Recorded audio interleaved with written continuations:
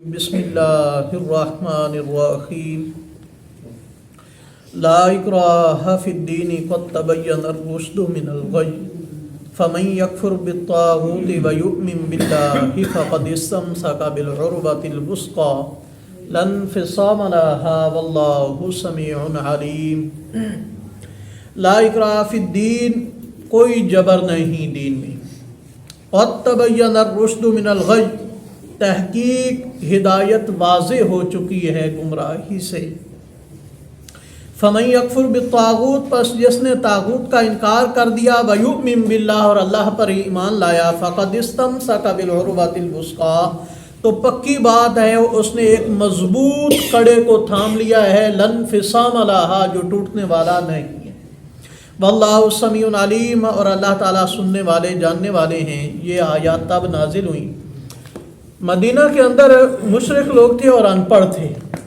مشرک تقریباً جتنے بھی ہوتے ہیں ان کے پاس علم نہیں ہوتا کسی کی آسمانی کتاب کا، تو ان کے ہاں، ان کی عورتوں کے ہاں جب اولاد نہ ہوتی تو یہ ایک منت مانتی تھی کہ اللہ ہمیں بیٹا دے تو ہم اس کو یہودیوں کے حوالے کریں گے، وہ چاہے اسے جس مذہب پر لے جائیں، ہم وقف کر دیں گے۔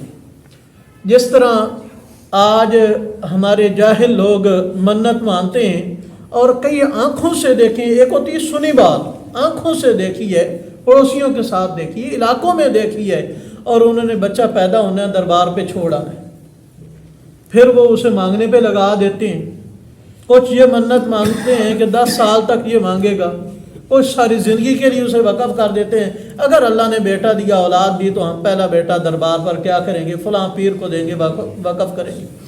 اسی طرح ان لوگوں نے بھی اپنے بیٹے وقف کر رکھے تھے یہودیوں کے لیے، اور انہوں نے انہیں یہودی بنا لیا۔ جب رسول اللہ صلی اللہ علیہ وسلم مدینہ منورہ میں گئے، وہ لوگ مسلمان ہو گئے اور انصار بن گئے، اللہ کے قریب ترین بندے بن گئے۔ اب انہوں نے رسول اللہ صلی اللہ علیہ وسلم سے اجازت چاہی کہ ہم ان کو واپس لیتے ہیں، اور انہیں ان پر اگر سختی بھی کرنی پڑی تو ہم انہیں کیا کرتے ہیں، مسلمان کرتے ہیں۔ تو اللہ تعالیٰ نے فرمایا سختی کر کے کسی کو مسلمان نہیں بنا۔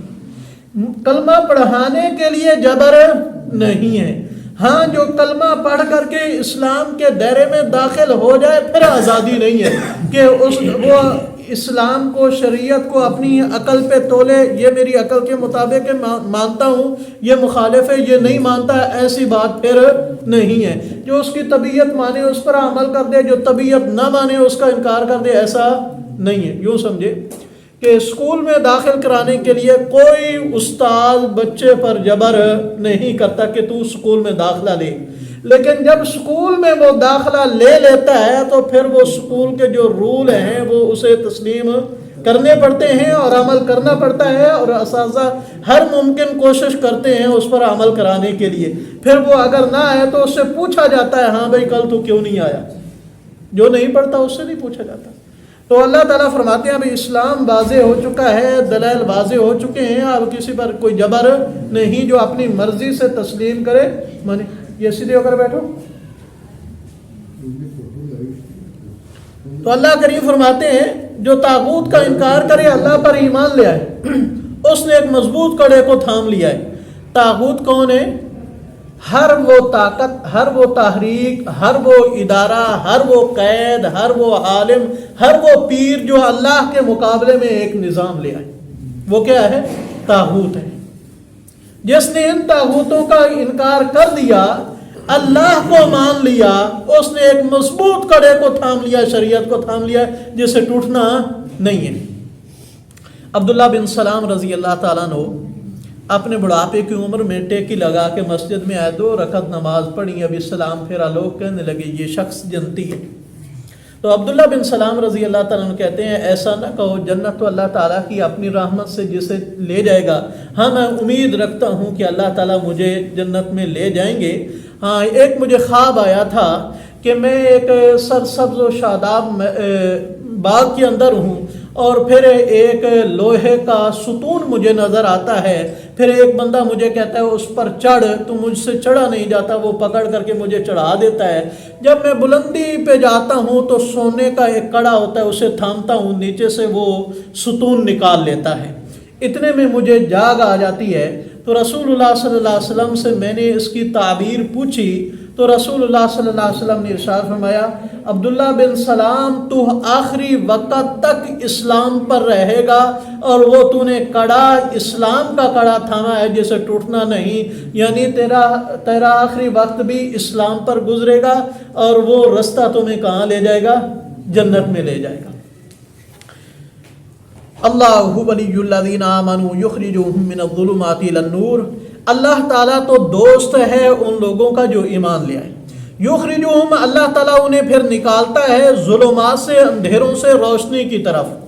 والذین کفروا اولیاءہم الطاغوت، اور جو لوگ کافر ہیں جنہوں نے انکار کیا ان کے دوست طاغوت ہیں۔